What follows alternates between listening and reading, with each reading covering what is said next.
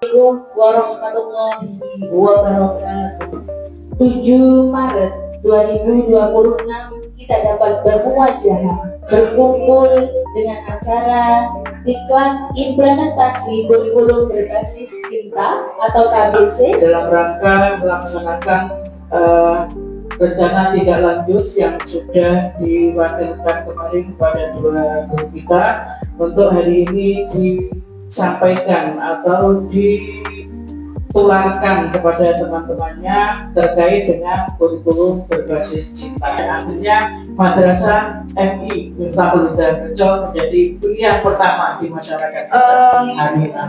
Keputusan Menteri Agama nomor 1503 tahun 2025 yang mengharuskan kita untuk melakukan perubahan pada kurikulum yang sudah berjalan bisa kita laksanakan dengan sebaik-baiknya, maka kita harus mengetahui apa dan bagaimana kurikulum berbasis cinta. Di dalam kegiatan itu kita harus mengedepankan rasa sayang kepada peserta didik, karena bagaimanapun peserta didik itu hanya mau belajar dengan orang yang dia sukai.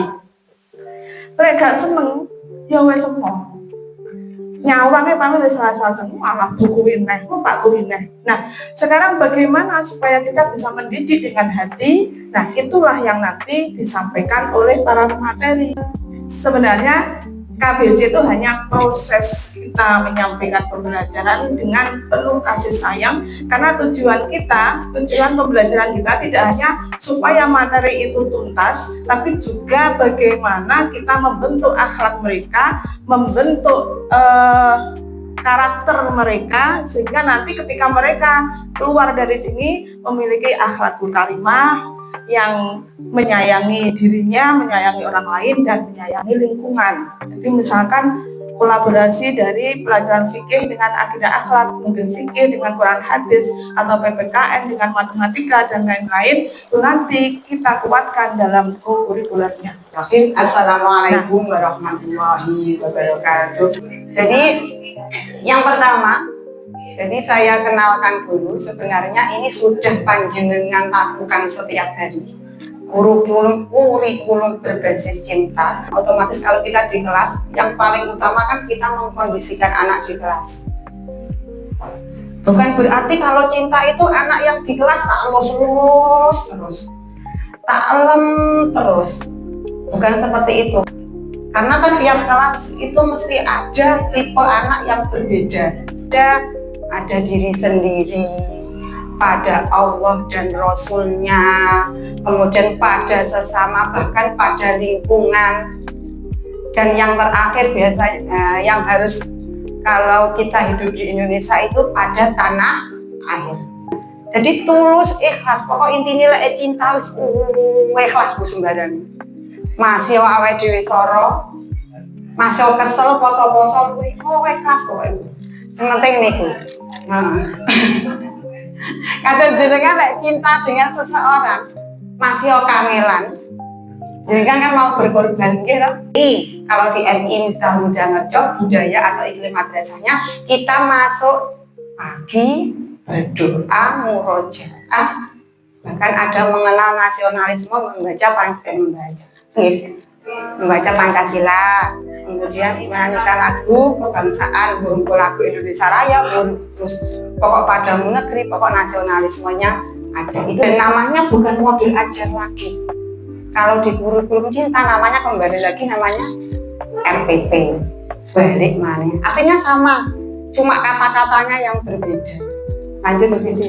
Yang pertama, yang pertama pola tujuan dari kurikulum berbasis cinta, yaitu membentuk insan paripurna. Jadi apa? Paripurna itu apa? Cantik paripurna, kayak artis sempurna. Nah, maksudnya tujuan kurikulum berbasis cinta itu nyoten. Jadi supaya anak didik jenengan niku nanti jadi anak didik yang sempurna dalam hal agama, pendidikan, kebangsaan, dan lain sebagainya. Maksudnya seperti itu. Kalau kurikulum kemarin kan ada 8 dimensi dan 10 elemen.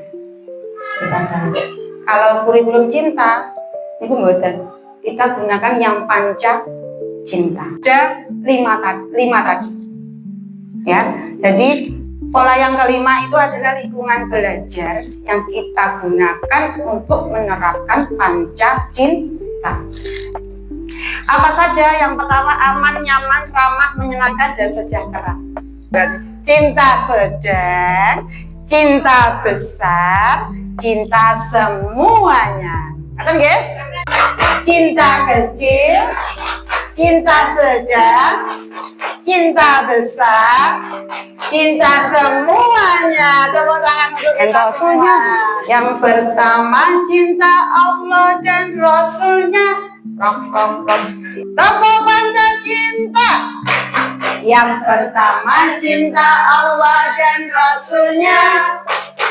Cinta ilmu, cinta alam dan lingkungan, cinta diri dan sesama, cinta tanah air kita, panca cinta, jiwa madrasah. Berprestasi. Nama saya Ati Zainul Hafifah, saya ngajar di kelas 4C, MI Miftah Tunggal yang tercinta. Pertanyaan saya,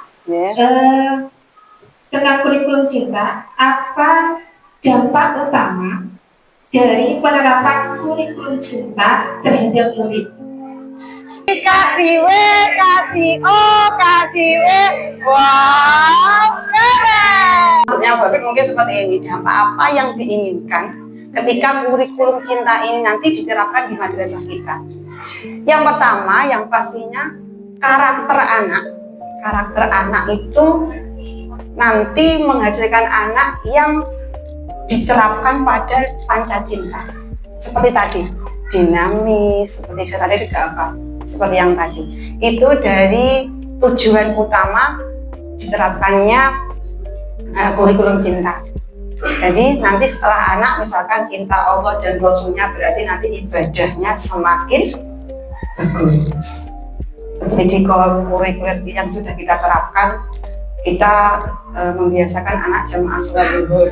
Yang biasanya kalau enek omah sholat ngoyai, yang masuk MI ngoyai, tapi kan kalau temannya banyak itu lebih enteng. Nama saya Ibnu Pratama dari kelas 3D, wali kelas 3D. Saya ingin menanyakan mulai kapan menerapkan kurikulum berbasis cinta ini di sekolah tercinta kita?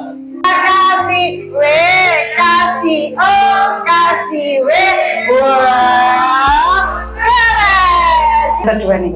Berarti ini setelah ini sudah kita langsung ini kita sampaikan. Nonton nggih? Sebenarnya tidak berubah betul. Namun katakanlah kalau kemarin nggih P5 kita praktek seperti kelas 4 kemarin membuat jamu, itu penerapan dari tanaman obat dan lain sebagainya, itu gabungan dari beberapa dimensi. Kalau ini misalkan nanti ada dari mapel beberapa digabungkan jadi kokurikuler, itu saja.